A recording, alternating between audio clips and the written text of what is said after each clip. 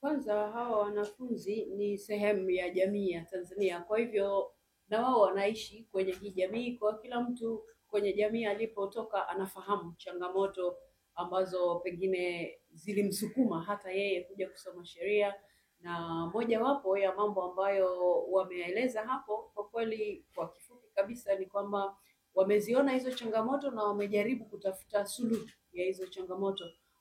Ni kwamba watu wengi hawana uwezo wa kufikia msaada wa kisheria katika zile hoja walizonazo ama changamoto walizonazo. Sio tu kufikia, lakini kujua pia kwamba changamoto yao hiyo ipo kisheria ama inaweza kutatuliwa kisheria.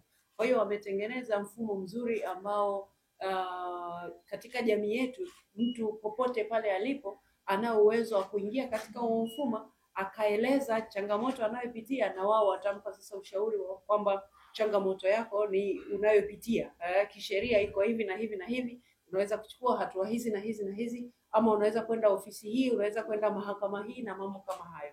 Kwa hiyo wanao huo mfumo umeweka mazingira mazuri ya kumsaidia Mtanzania kule aliko, lakini tunafahamu wazi kwamba tunapozungumzia mfumo hasa mfumo ambao uko kidigitali, sio kila Mtanzania ana uwezo wa kufikia hata huo mfumo. Sasa hawa wanafunzi wanapojaribu kuangalia zile changamoto ambazo zimewafikia kupitia mfumo, wanapata picha sasa kwenye jamii ni aina gani ya changamoto ambazo zipo, na kwa kuzijua hizo changamoto zilizopo, basi wanaweza kuzitafutia majibu, hata kama si ya kutumia huu mfumo, sasa ya kutumia ule mfumo ambao wataweza kuonana nao moja kwa moja.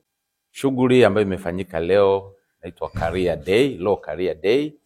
Career Day ni siku ambayo wanafunzi na wahitimu tarajali hukutana na watu kutoka kwenye tasnia ambazo wanatarajia kwenda huko. Lengo la tukio kama hili ni nini? Malengo ni kadhaa. Kwanza, sisi kama chuo tunayo sera ambayo inahimiza ushirikiano kati ya sehemu za kazi na vyuo ambayo tunaita academia industry linkage. Kwa hiyo kuwaleta watu kutoka kwenye tasnia, na mmeona walikuwepo watu kutoka taasisi za serikali, taasisi za binafsi, mawakili na kadhalika. Hiyo ni sehemu ya mkakati yetu ya kuwaunganisha wanafunzi wetu na sehemu za kazi wanapotarajia kwenda wakiwa bado wanafunzi.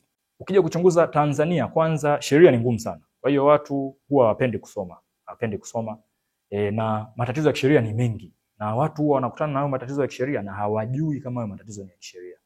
Kwa hiyo kutokana na tatizo hilo tuliloliona, tukaamua kwanza tuje na mtindo rahisi wa kutoa elimu hiyo kwanza ya kisheria kwa watu, ili mtu akiona ile video ambayo tumeitengeneza yenye maudhui ya kisheria iweze kumsaidia kutambua kwanza tatizo analokutana nalo, tatizo la aina gani.